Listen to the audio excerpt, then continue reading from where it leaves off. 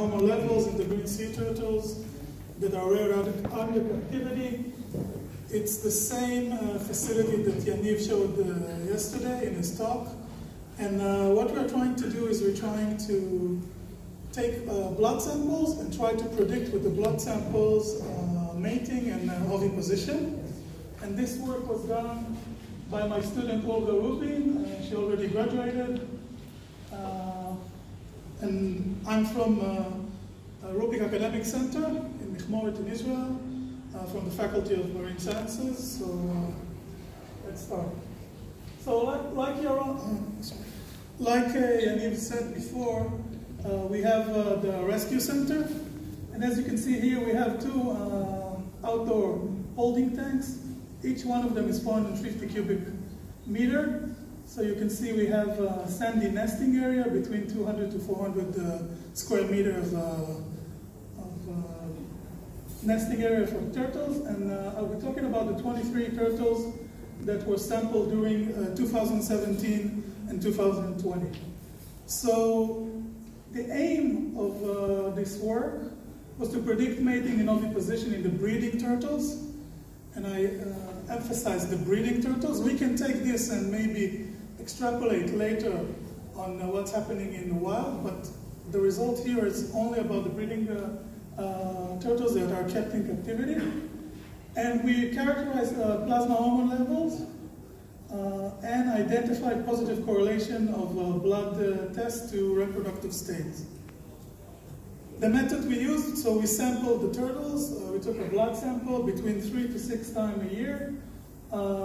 And we did the morphometrics and ultrasound.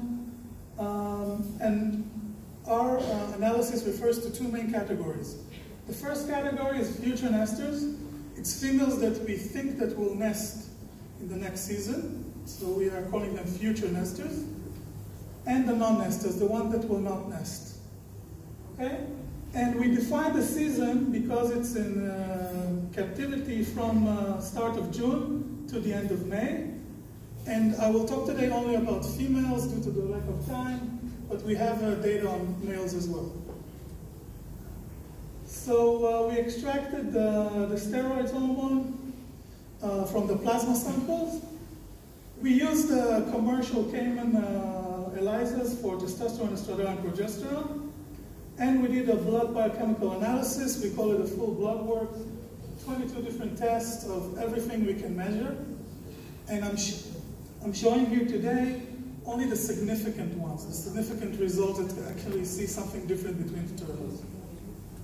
So let's start. I will start by explaining first of all the axis because it's a little bit difficult. So future nesters are on the left and on the right the non-nesters. And we divided this for seasons. So 17, 18, 18, 19, 19, 20. Okay, and here you can see the sex steroids, estradiol, testosterone, and progesterone. And what's nice to see is that with regards to estradiol, we don't see any repeated fluctuations. But when we start to look at the testosterone, we can see every year an elevation towards November. So towards November, testosterone levels are going high.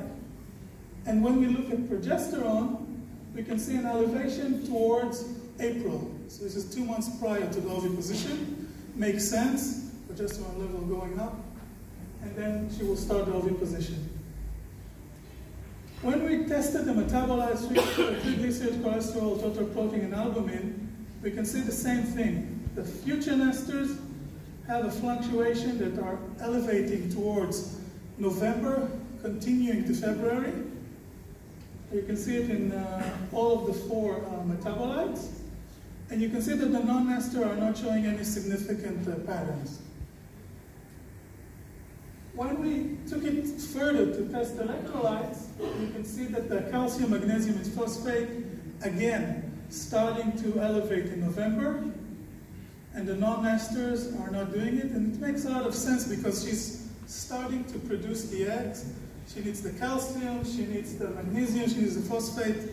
She's building everything towards the oviposition. And what's nice about turtles, that everything is slow. So when you do a curve, you can actually see every month the change If you do it in other animals, it's a daily curve and you can miss some of the part. With turtles, it's really nice to see the fluctuation. Okay, so when we tested enzyme, we found something very nice. GGT is a gamma-glutamyl transferase. GGT is when you have a car accident, the first thing the insurance company does for us, do a blood test and they check GGT. Because in humans, GGT symbolizes alcohol abuse. But it's not the case in turtles. In bovine, the GGT symbolizes the beginning of lactation.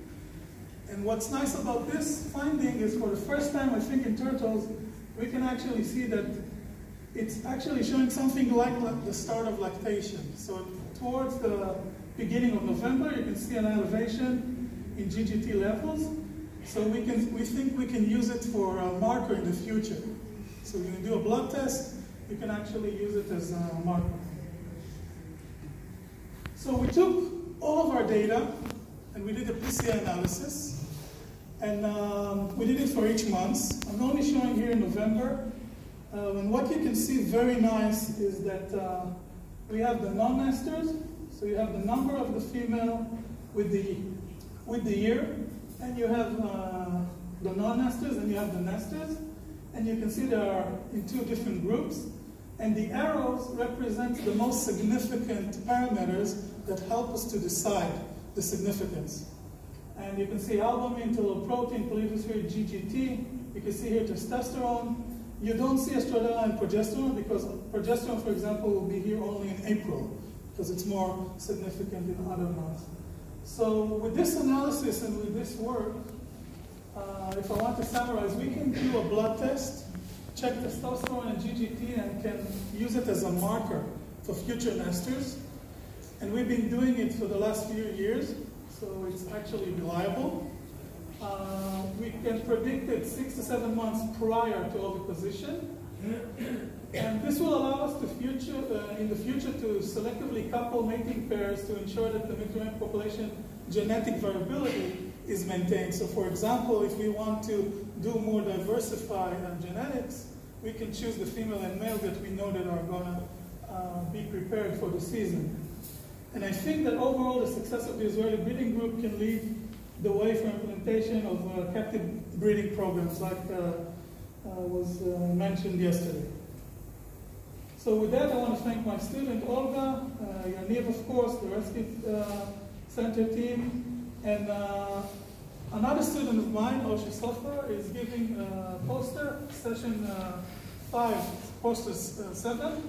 When you go out from this door, to the left, the poster is there. So on the way out, you can check the poster. And she developed a method to measure FSH. She developed an analyzer to measure FSH levels in green sea turtles. So it will help us more to understand the breeding programs and what's happening with the green turtles. Thank you very much.